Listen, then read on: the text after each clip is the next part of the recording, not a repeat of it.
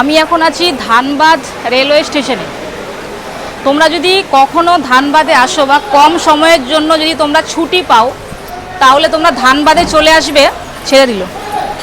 আর এই ধানবাদে দুটো খুব ঘোরার জায়গা আছে, খুব সুন্দর।